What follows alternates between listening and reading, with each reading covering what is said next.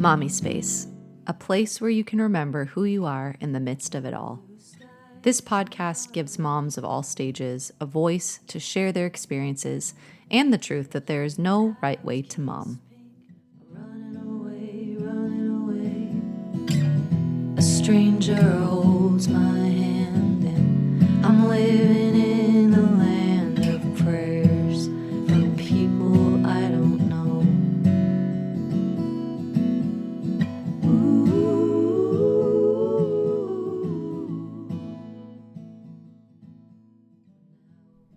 Welcome back to the podcast, Season 3, The Hard Stuff. We're on the last episode, episode 5, and I am really excited to share today's episode with you. It's a little bit different, less focus on children and mothering. That's not true. It's definitely still in there. But the theme is more about marriage. And I don't know about you, but this is an area I think gets the most pressure once you become a parent. So there's some good stuff in this episode, some hard things, some redemptive things, and yeah, I think you're going to really enjoy it. Well, next season, next month, we're going to be talking about family adventuring.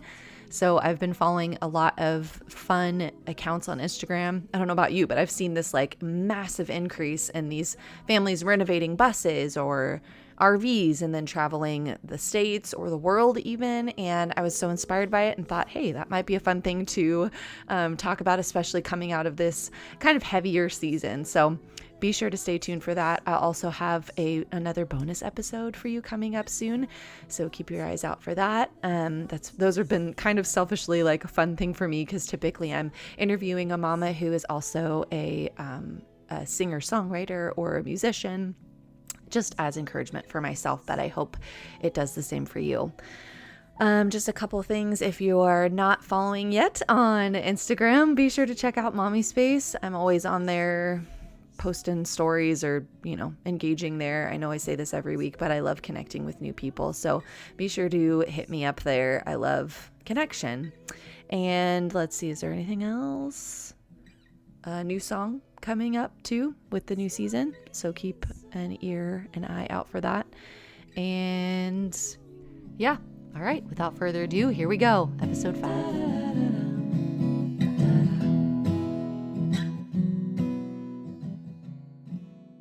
Welcome back to Mommispace. This is Bree, and today I am here with Katie Pruett. Katie, welcome to the show.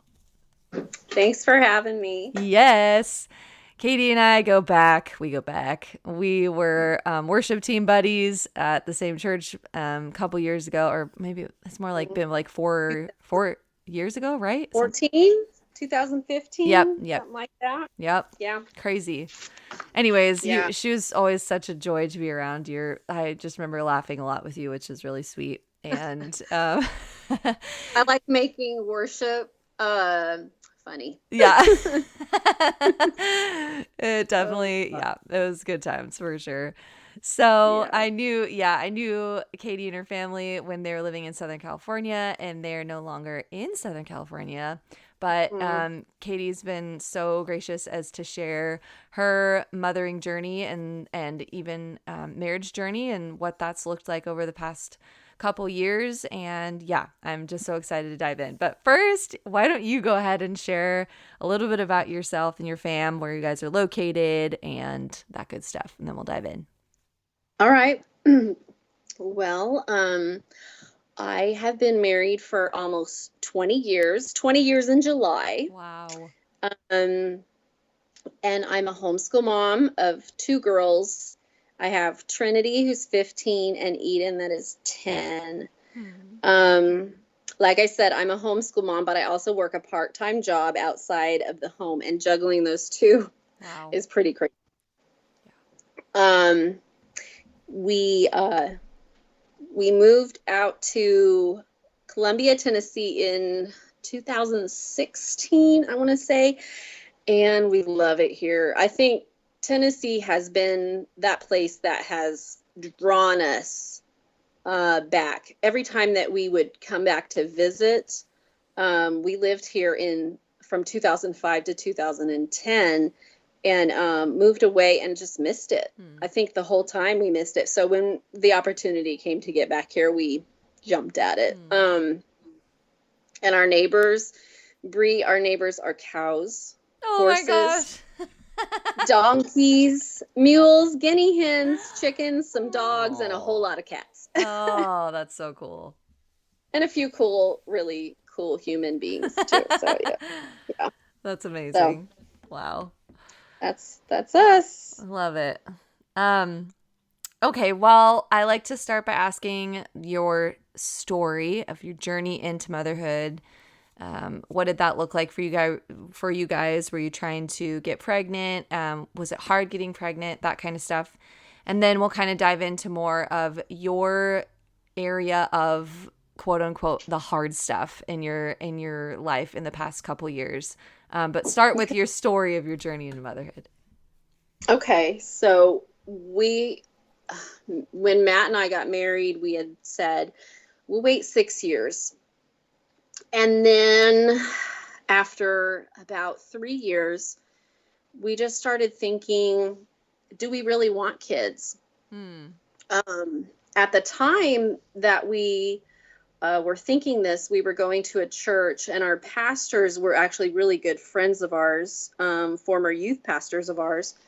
And they had tried for 6 years to get pregnant without any success. Wow. And throughout her pregnancy, it sparked something in us. She finally was pregnant, and it was so exciting. And when she had her baby, I remember turning to Matt and said, we need one of these. Oh. So I was 25, so we waited 4 years. And I was 25 when I got pregnant with Trinity.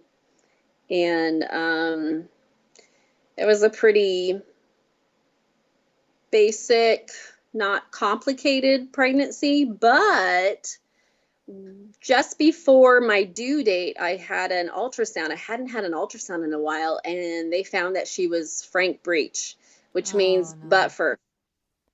So I had to have a C-section with her. So between Trinity and Eden, I actually, when Trinity was 3, I got pregnant again. And at about 8 weeks, I started miscarrying. So at 9 weeks on Halloween, I went to my doctor, and they said, baby's gone. So I called a good friend of mine, actually a friend of mine who has never been able to conceive. Wow.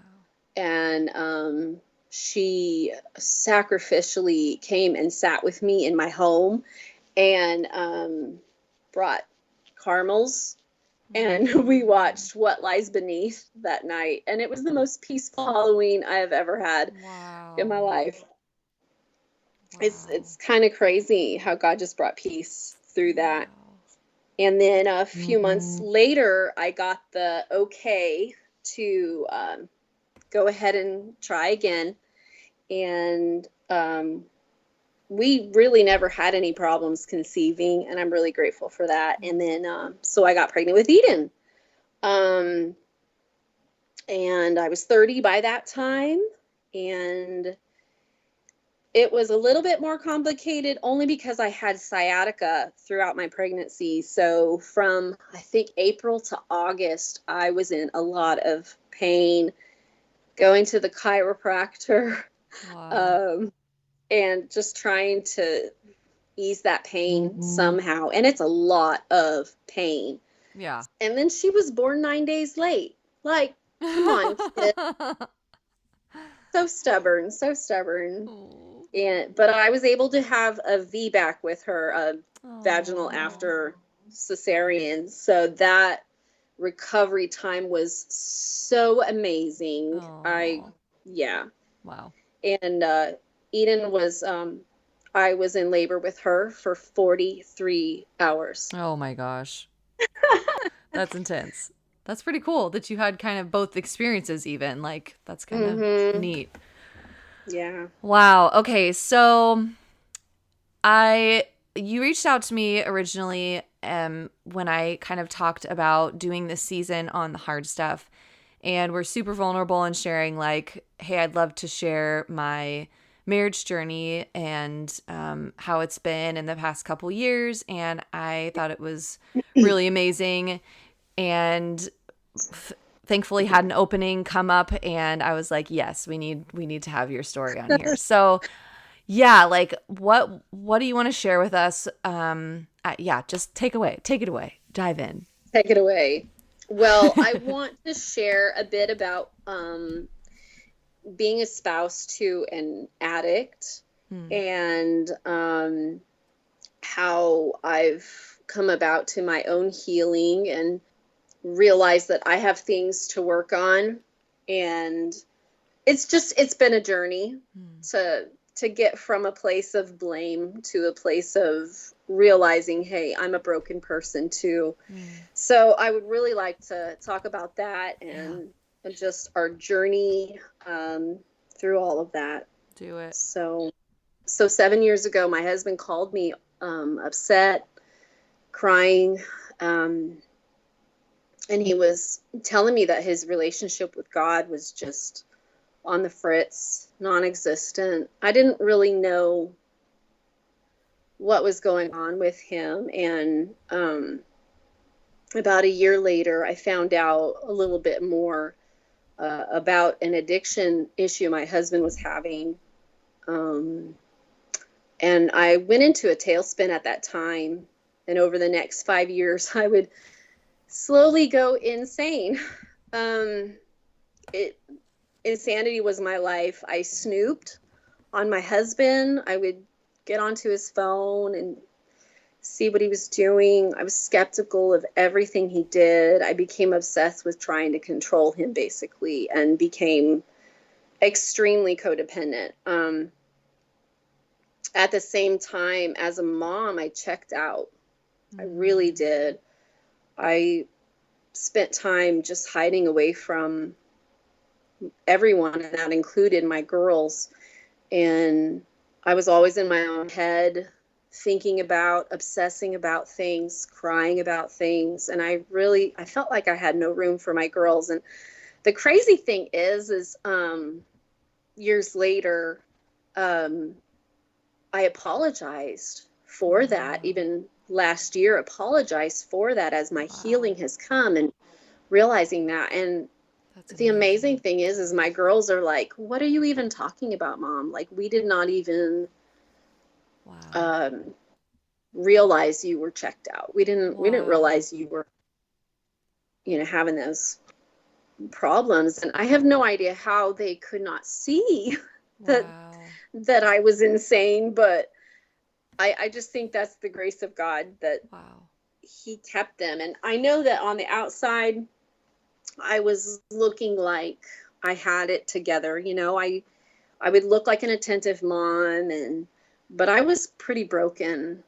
I was a wounded soldier, I think, on this journey, and I really didn't know what to do about it.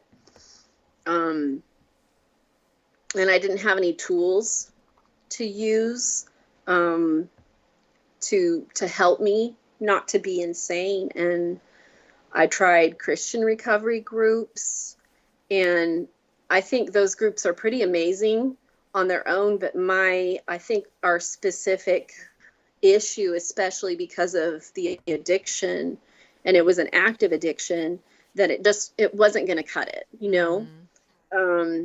and of course I was the one going to the recovery group. He wasn't. We tried marriage counseling, marriage retreats, a prayer group, and I would live like this, in this insanity, for 5 years. Until 2017, till January. December 2016, we had moved here by then, and not knowing that this is kind of a recovery capital. And I know God knows that. Matt had started going, my husband had started going to his recovery program, and it's they use the AA model. So Okay. it's the AA 12-step model. And I had no idea that there were what's called anons, and those are recovery groups for spouses and friends and Yeah. family of an addict. I had no idea that those even Wow. existed. I'd heard Al-Anon, I'd heard those Yeah. things, but I just thought they were saying Alcoholics Anonymous, but it Right. was for the spouse and friends and family. And so I started going to my own 12-step recovery group, and man, it was amazing, actually. Wow. Walking into that room and listening to my own story, Hmm. being told by other ladies and other men, it was like um, a drink of water after being in a desert for so Wow. long. Wow. It was exactly what I needed. Living with or having lived with an addict, we create coping mechanisms, which basically coping mechanisms are addictions. Um, Hmm. and I still battle some of those things. I still hide from my kids sometimes. And I have to be honest with those things all the time. I have to call someone. I have to call my sponsor. I have to do these things. It is true. It's a journey and it's a process. And I think it's a lifelong process. Sure. 12 steps. I don't know if you've ever been in a 12-step meeting or heard the 12 steps, but I had always been skeptical of them or even critical of people that went to 12-step recovery groups, Hmm. thinking that they were all bad people. But Hmm. the truth is that we're all sick people. Um, Yeah. and I really feel like the 12 steps in a recovery group are divinely appointed. I mean, it was Hmm. when I heard them for the first time, with my ears open, because I had heard them before in my uh, Christian recovery group, but I don't know if my ears were open at that time. Wow. I don't think I was open to receive healing for myself because I did not feel like I was the problem. I felt like he was the problem, and I had no Hmm. problems. Um, but when I went to this group, hearing these stories and everything, I was able to hear the 12 steps for real this time, and I really feel like God plopped this program right in our laps. Like, this is Wow. what you need. This is what Wow. you've been wanting and needing so desperately. So I started going to the program in January 2017, and by December, some things happened, and I realized that I needed to have a separation from my husband. And so I asked him for a separation, and he contacted our pastor right away to let him know what was going on. And our pastor wanted to meet right away. And I was like, why does our pastor want to meet right away? I was Hmm. hurt, and um, I think feeling defensive. Sure. And and what I did not realize that is that our pastor, he had both of our backs. He wasn't going to Wow. take side. He wasn't going to do anything crazy. What he did present to us was a plan. Um, Wow. this plan would work for us whether we were divorcing or getting back together. Um, Wow. and so this plan did these things, and I wrote down a list of things that this particular plan covered. Um, First and foremost, it would take care of our kids. Hmm. Well, put the priority on taking care of our kids for us Yeah. to Wow. prioritize that, if I'm making sense with that. So, Yeah. um, and then healthy boundaries during the separation. Um, There were times that I needed radio silence from Matt. I couldn't talk to him. It was just, I needed that time away, and our pastor had kind of helped set that boundary and maintain that boundary, and then communicate when necessary. We're parents to the same kids. We have to communicate. And then parenting collectively, parenting doesn't stop because you're separated. And so we needed to still be a team, even if we weren't getting along, or even if we weren't together, we were still a team, a parenting team. Yeah. And then we weren't to make any plans for a predetermined amount of time. I think ours was 6 months. I wasn't, going and threatening the big D, divorce. We weren't throwing any of that stuff at each other. And then the biggest thing this plan would give us was stability for our kids. And, nobody goes into a separation wanting to hurt their children.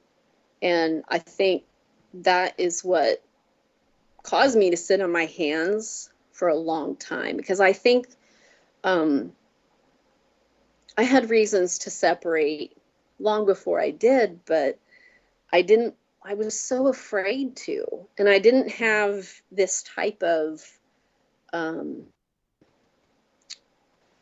backing. And I probably did, actually. I just didn't know that I did, Yeah, if that makes sense. totally.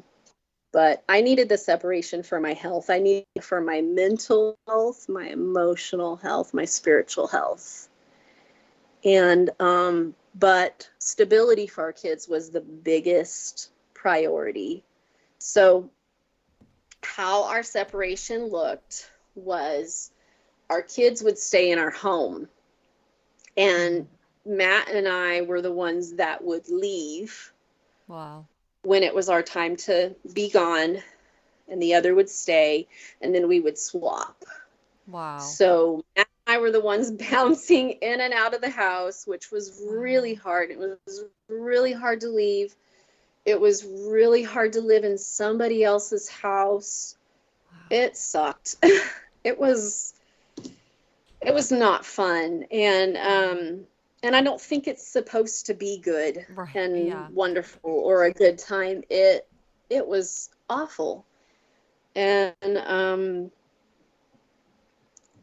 we were still a parenting team, like I said earlier, but so we needed to be there for our kids. So I would be there during the week because I homeschool, and then he would have like a day and the weekend to spend with them. So we were separated for 6 months.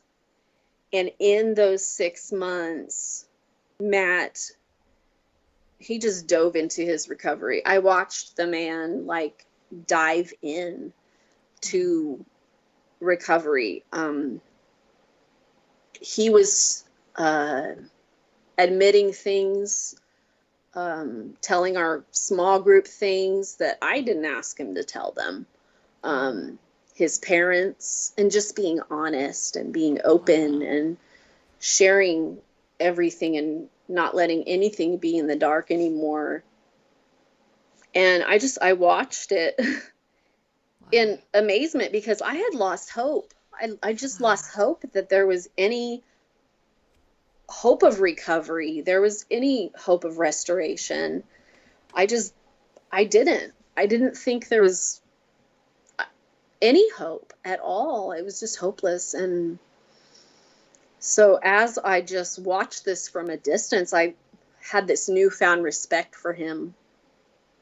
And eventually we were talking more, and I was spending a few extra days at home, and he never pushed me to do that or anything. He just respected my boundaries and let me make this decision on my own. And eventually I began to fall in love with him again. It Wow. was a miracle. It was, I'm getting all emotional. My Wow. tissue here, Wow. so I'm good. And we started having these date nights down at the coffee shop. There is one, well, not now. Now we have a Starbucks, but at the time, there was one coffee shop that stayed open till 8. All the other coffee shops close at like 5 or 6 around here. Like, I'm from Southern California. I'm not used to this nonsense. This is horrible.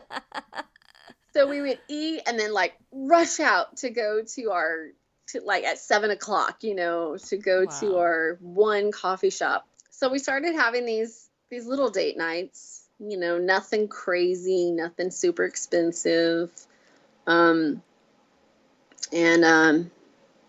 so eventually I remember the last day that I had stayed at our friend's house during the separation. And I remember packing up that day and saying to myself, I didn't even say it to my friends. I didn't say it to Matt. I just said it to God and me. And I said, I'm not coming back here. Wow. I'm done.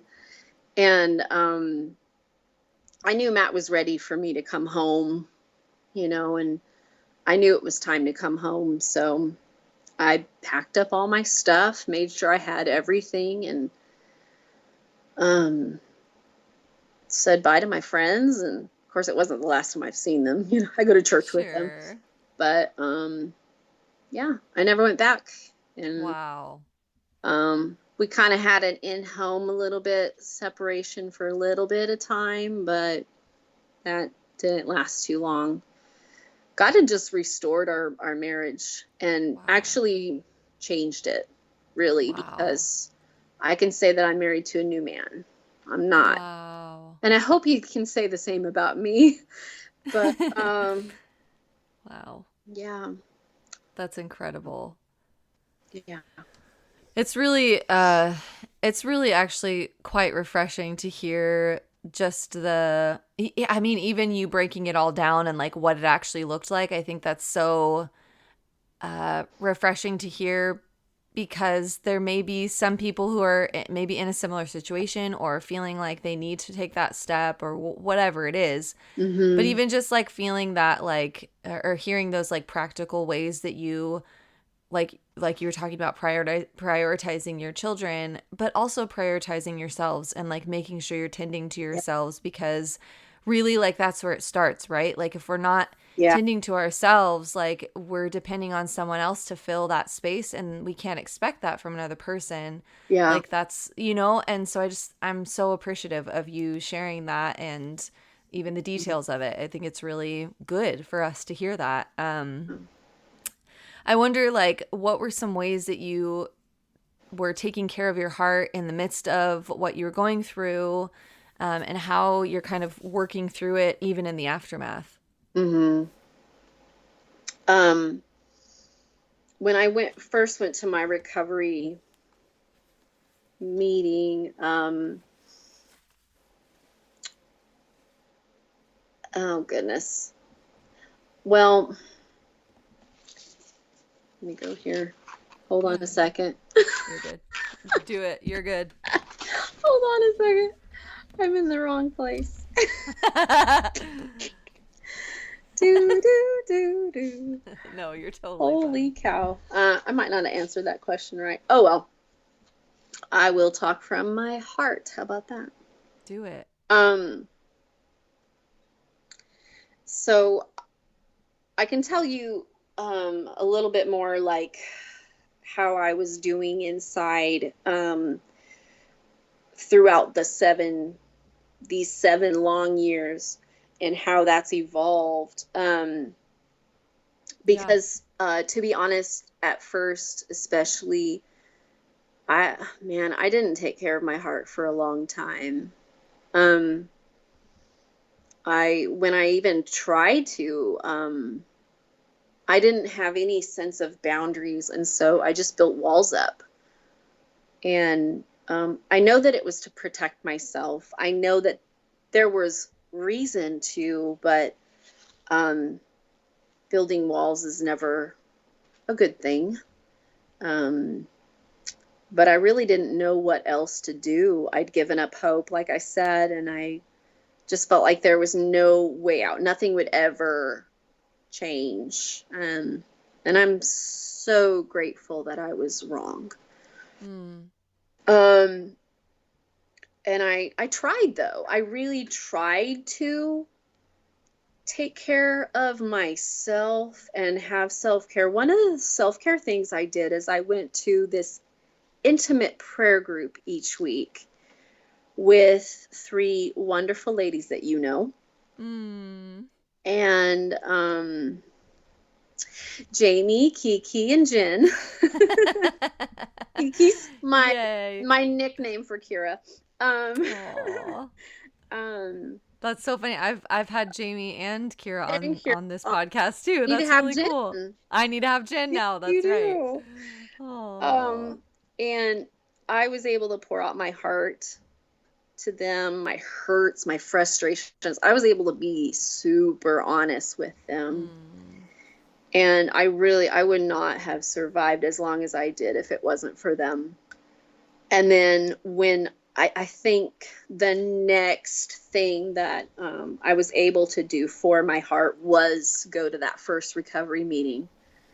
I felt like I said to myself, finally, I found my people, my Wow. place, because I just had never heard other people say exactly what was going on in my brain and in my heart. And, and the word insanity, that God could could restore us to sanity, is one of the steps. Like, realizing that he can restore our sanity was like, yes, that's what I need. And that was the start of me taking care of my heart. And so as far as in our separation, just working my program, remembering that I cannot heal myself, that I need God. And he was able to really show me who he was. I think throughout this whole process, I had forgotten who God was. I had really ripped apart all of my beliefs, and I think that's healthy. I'll say it now today, that it is a healthy place to rip apart all your beliefs and then let God build those beliefs back up. So good. And that's what he was able to do, because I was so ripped and so torn and so broken that the only person that was going to heal Katie was God.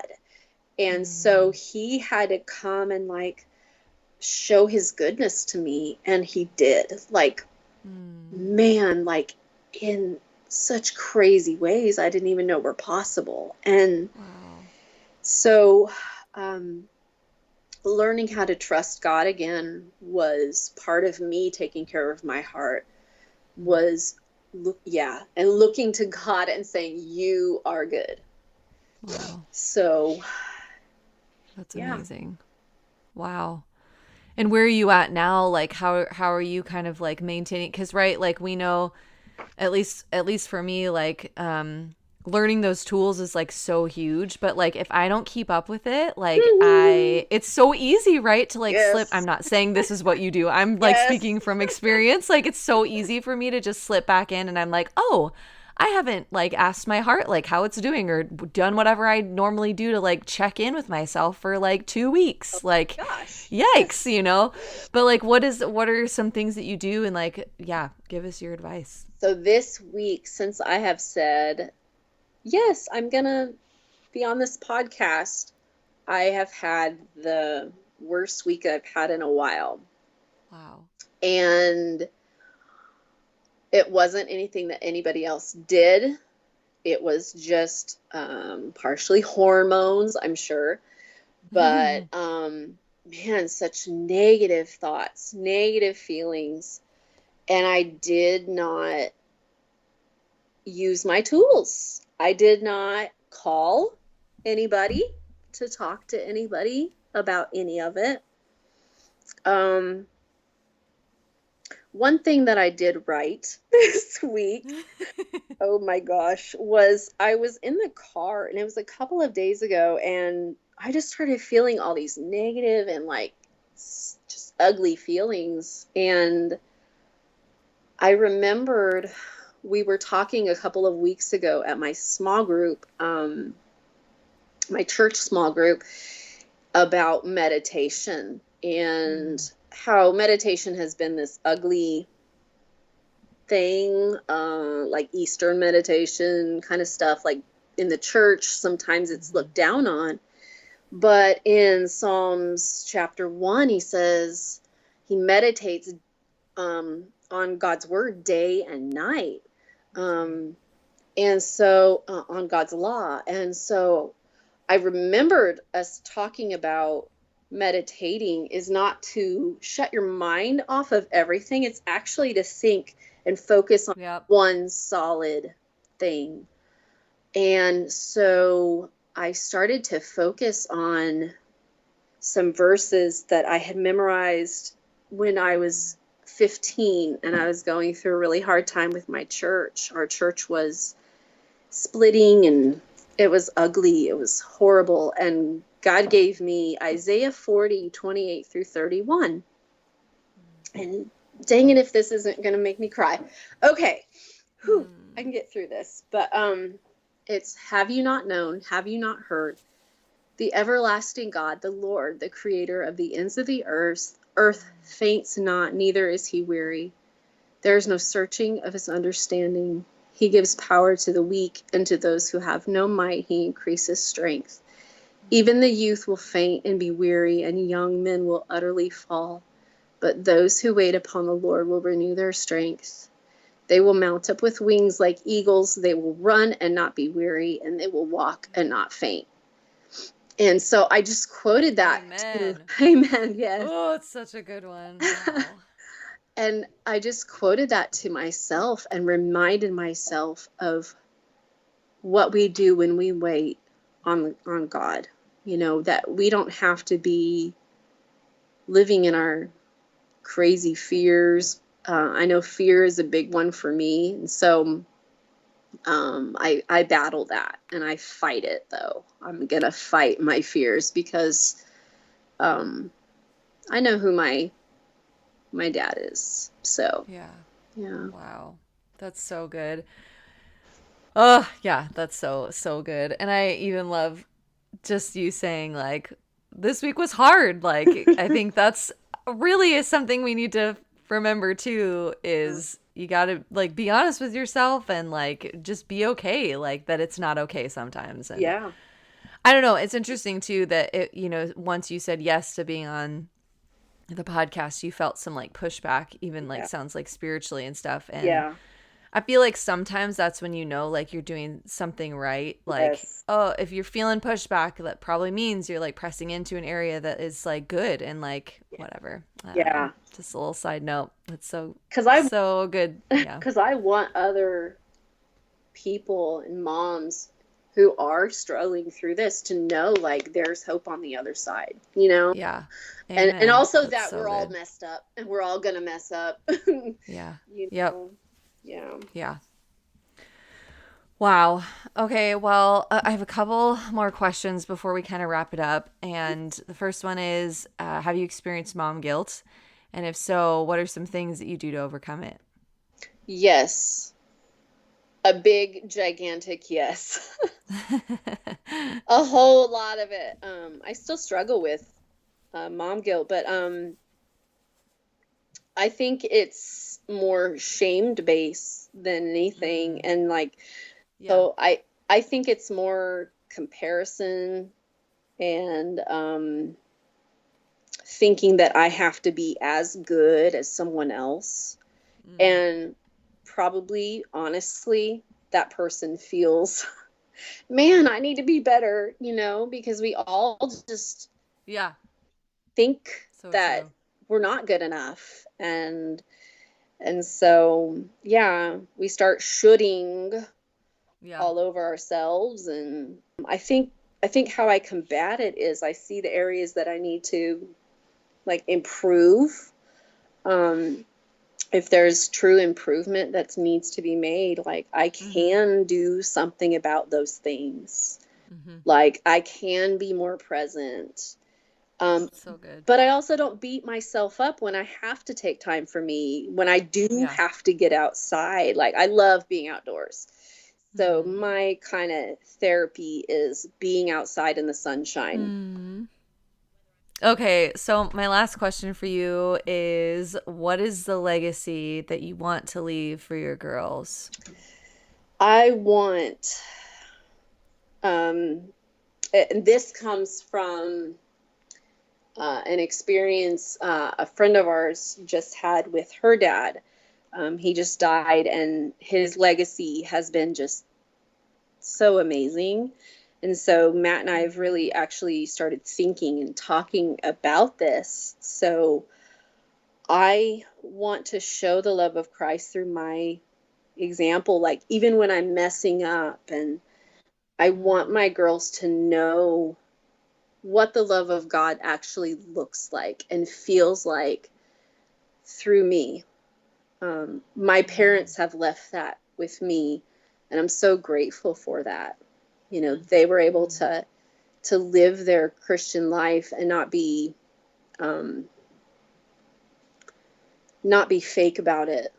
Like there was a genuine relationship with God that happened, and a genuine love that they poured out on me. So I want I want the Wow. girls to feel that love of God poured out on them through me. So I hope I can That's I hope I can amazing. achieve that. Well, I'm even thinking like even you being willing to like be vulnerable about your story, like even like with your marriage and like even having that, I think is so huge, Yeah. right? Like, I like this is in no way like meaning to like shame my own family model, but in a lot of ways, like I didn't get to see my parents fight and like make Yep. up a lot. And so I think there's something really important as far as like letting your kids see the mess and like letting them like because that's how you teach them, right? Yep. And my parents did a wonderful job with me, and I did get to see them. It worked itself out, right? Did. Therapy, whatever. Disclaimer, No, but disclaimer. yeah. But I think that's like so powerful and will add to your legacy significantly. Like, yeah. So I don't know, just a little. That's just for Yeah. you. That's just for you. Thanks. But Katie, thank you so much for taking the time out of your evening to, as you had to rush through making dinner and all the Yeah. things, to talk with me. I'm really grateful. You're amazing. It's so sweet to hear your voice. Thanks again for having me. Of course. And I'll add your like link to Instagram and stuff if there's anybody who wants to like connect with you, if that's okay. Yeah, that'd be just fine. Okay. Yes. Perfect. Thank you so much for listening. I hope you enjoyed today's interview. Please share this with a friend if it impacted you in any way, and leave a review on iTunes so other mamas can hear the truth that they are enough and they are doing their very best. Be sure to catch up on what's happening in the Mommispace community every day on Instagram at Mommispace. And you can email me at mommispace@gmail.com for questions or interview recommendations. All my love to you, Mama. You're amazing. See you next week.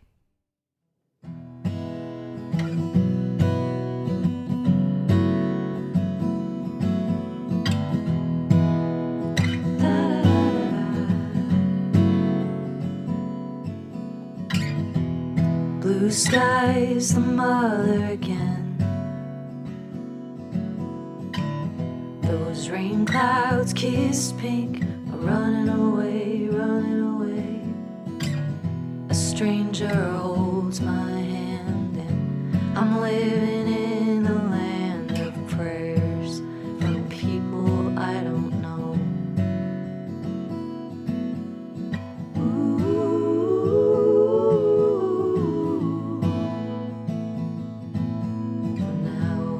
I'm still breathing, I'm still seeing the sunrise. For now, I'm still breathing, I'm still seeing the sunrise. That's gotta mean something. It's gotta mean something.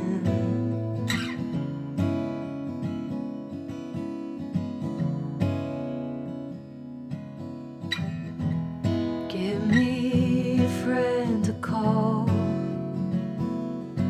It doesn't matter if they don't know what I'm going through at all. I'll take a normal talk. Come over, let's go take a walk to clear the darkness creeping in.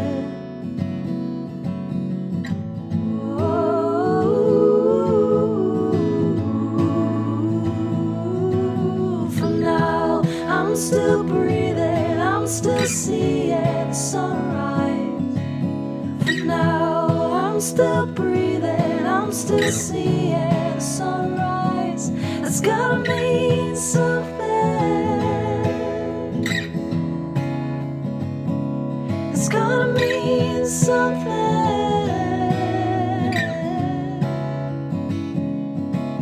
For now, I'm still breathing, I'm still seeing the sunrise. For now, I'm still breathing, I'm still seeing the sunrise. That's gotta mean something. It's gotta mean something.